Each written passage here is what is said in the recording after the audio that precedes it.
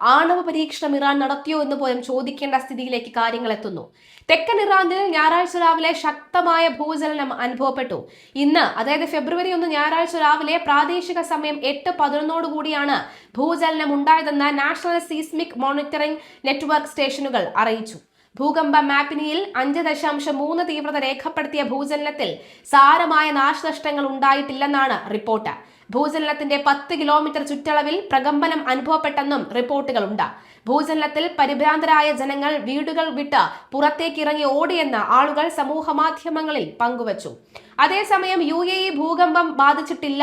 ദുബായിലെ ഉയർന്ന കെട്ടിടങ്ങൾ മുതൽ റാസൽ ഖൈമയിലെ തീരപ്രദേശങ്ങൾ വരെയുള്ള എമിറേറ്റ്സിലുടനീളമുള്ള താമസക്കാർക്ക് ഒരു പ്രകമ്പനവും അനുഭവപ്പെട്ടിട്ടില്ലെന്നും അന്തർദേശീയ മാധ്യമങ്ങൾ റിപ്പോർട്ട് ചെയ്യുന്നു. അമേരിക്കയിൽ ആക്രമണ ഭീതി കനത്തതിന് പിന്നാലെ ഏതു സാഹചര്യത്തെയും നേരിടാൻ ഇറാൻ തയ്യാറെടുക്കുന്നുവെന്ന റിപ്പോർട്ടുകളുണ്ട്. പ്രതിരോധം ശക്തമാക്കുന്നതിന്റെ ഭാഗമായി ആണവ കേന്ദ്രങ്ങൾക്ക് മേൽ സംരക്ഷണ കവചം ഇറാൻ തീർത്തുവെന്നാണ് വാർത്തകൾ. സാറ്റലൈറ്റ് ചിത്രങ്ങളിലാണ് ഇത് സംബന്ധിച്ച അടയാളങ്ങൾ ഉള്ളത്. കഴിഞ്ഞ വർഷം 12 ദിവസ യുദ്ധത്തിനിടെ ഇറാന്റെ ആണവ കേന്ദ്രങ്ങളിൽ US ബങ്കർ ബസ്റ്റർ ബോംബുകൾ പ്രയോഗിച്ചിരുന്നു. സമാനമായ എന്തെങ്കിലും ആക്രമണം ഉണ്ടായാൽ ചെറുക്കാനും ആഘാതം കുറയ്ക്കുവാനും ലക്ഷ്യമിട്ടുള്ളതാണ് നിലവിലെ നിർമ്മിതി എന്നാണ് വിലയിരുത്തൽ. ഇസഫാൻ, നദാൻസ് ആണവ നിലയങ്ങൾക്ക് മേലെയാണ് സംരക്ഷണത്തിനായി പുതിയ മേൽക്കൂര സ്ഥാപിച്ചിരിക്കുന്നത്. സംരക്ഷണ കവചം വന്നതോടെ ആണവ നിലയങ്ങളുടെ ദൃശ്യം പൂർണ്ണമായും സാറ്റലൈറ്റിൽ നിന്ന് മറഞ്ഞു.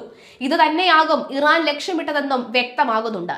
ഈ സാറ്റലൈറ്റ് ദൃശ്യങ്ങൾ മറയവേ ഇവർ ആണവ നിലയം ഇതിനടിയിൽ പരീക്ഷിച്ചോ, അതാണോ ഇത്തരത്തിലുള്ള പ്രകമ്പനത്തിന് കാരണമെന്ന ചോദ്യവുമാണ് ഉയരുന്നത്. ആണവ നിലയത്തിൽ ആണവ പരിശോധനകൾ അല്ലെങ്കിൽ ആണവ പരീക്ഷണങ്ങൾ നടത്തിക്കഴിഞ്ഞാൽ ഇത്തരം പ്രകമ്പനങ്ങൾ ഉണ്ടാവുക അത് സാധാരണമാണെന്ന് ഇതിന് മുൻപുമുള്ള റിപ്പോർട്ടുകൾ പരിശോധിക്കുമ്പോൾ മനസ്സിലാകുന്നുണ്ട്. ഇസ്രയേലും ഇറാനും തമ്മിലുള്ള സംഘർഷം ഉണ്ടായപ്പോഴും ഇറാനിൽ അടിക്കടി ഇത്തരത്തിലുള്ള പ്രകമ്പനങ്ങൾ ഉണ്ടായിരുന്നു. അന്നും പലരും സംശയം ഉന്നയിച്ചത് ഇറാൻ ആണവ നിലയത്തിൽ പരീക്ഷണങ്ങൾ നടത്തി തുടങ്ങിയോ എന്നുള്ള സംശയമാണ്. ചില സംശയങ്ങൾ തെളിയിക്കുന്ന തരത്തിൽ അല്ലെങ്കിൽ ശരിയാണ് എന്ന തരത്തിലുള്ള വാർത്തകൾ കൂടി പുറത്തു വരുന്ന സാഹചര്യവും അന്നുണ്ടായിരുന്നു. അതുകൊണ്ട് തന്നെ ഇപ്പോൾ പ്രകമ്പനവും അതാണോ എന്നുള്ള സംശയമുണ്ട്. പക്ഷെ അപ്പോഴും പലരും പറയുന്നത് ഇറാൻ എന്നത് തന്നെ ഈ ഭൂകമ്പം ഏറ്റവും കൂടുതൽ ഉണ്ടാകുന്ന ഒരു സ്ഥലമാണ് ഇറാൻ. അതുകൊണ്ട് തന്നെ അത് നമുക്ക് കാണാനേ കഴിയുകയുള്ളൂ എന്ന്. പക്ഷേ അമേരിക്കയും ഇറാനും പോലും 2 വൻ ശക്തികൾ തമ്മിൽ ഏറ്റുമുട്ടൽ ഏത് നിമിഷവും ഉണ്ടാകാമെന്ന് പറഞ്ഞിരിക്കുന്ന ഈ ഒരു സാഹചര്യത്തിൽ ഉണ്ടാകുന്ന പ്രകമ്പനങ്ങൾ അത് നമുക്ക് എങ്ങനെയൊന്നും തള്ളിക്കളയാനേ സാധിക്കില്ല എന്നതും വ്യക്തമാവുകയാണ്. ഏതായാലും രാജ്യാന്തര ആണവ ഏജൻസിയെ തങ്ങളുടെ ആണവ കേന്ദ്രങ്ങളിൽ പരിശോധനയ്ക്ക് ഇറാൻ കുറച്ചു കാലമായി അനുവദിക്കുന്നതേയില്ല. നിലവിലെ മേൽക്കൂര കെട്ടിമറയ്ക്കൽ കൂടിയായതോടെ വിദൂരമായി പോലും ആണവ നിലയത്തിലേക്ക് നോക്കാനുള്ള സാധ്യതകളും ഇറാൻ അടച്ചു. ഇറാൻ US-ഉമായി കരാറിൽ എത്തേണ്ടി വരുമെന്നും അല്ലാത്ത പക്ഷം ആക്രമിക്കുമെന്നുമുള്ള ഭീഷണി അമേരിക്കൻ പ്രസിഡന്റ് ട്രംപ് തുടരുകയാണ്. ഇറാൻ ഭരണകൂടത്തിനെതിരെ രാജ്യത്തിനുള്ളിലുണ്ടായ കലാപത്തെ ഖമനേയി ഭരണകൂടം അടിച്ചമർത്തിയതിനെ തുടർന്നാണ് ട്രംപ് ആക്രമണ ഭീഷണി കടുപ്പിച്ചത്.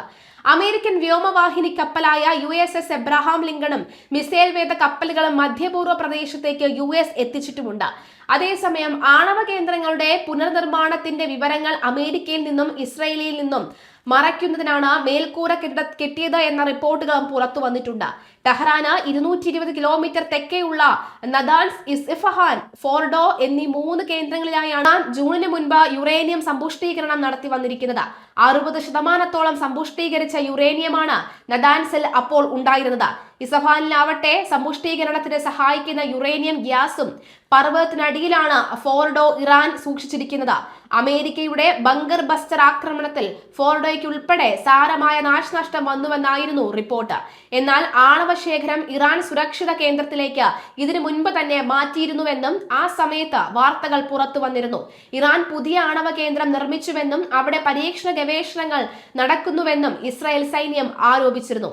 ഇതിനൊപ്പം അത്യുഗ്രശേഷിയുള്ള ആണവായുധം തലേഖാൻ 2 എന്ന സ്ഥലത്ത് നിർമ്മിക്കുന്നതായും ബാലിസ്റ്റിക് മിസൈൽ പദ്ധതി ഇറാൻ പുനരാരംഭിച്ചതായും സാറ്റലൈറ്റ് ചിത്രങ്ങൾ അടിസ്ഥാനമാക്കി രാജ്യാന്തര മാധ്യമങ്ങൾ റിപ്പോർട്ട് ചെയ്യുന്നു.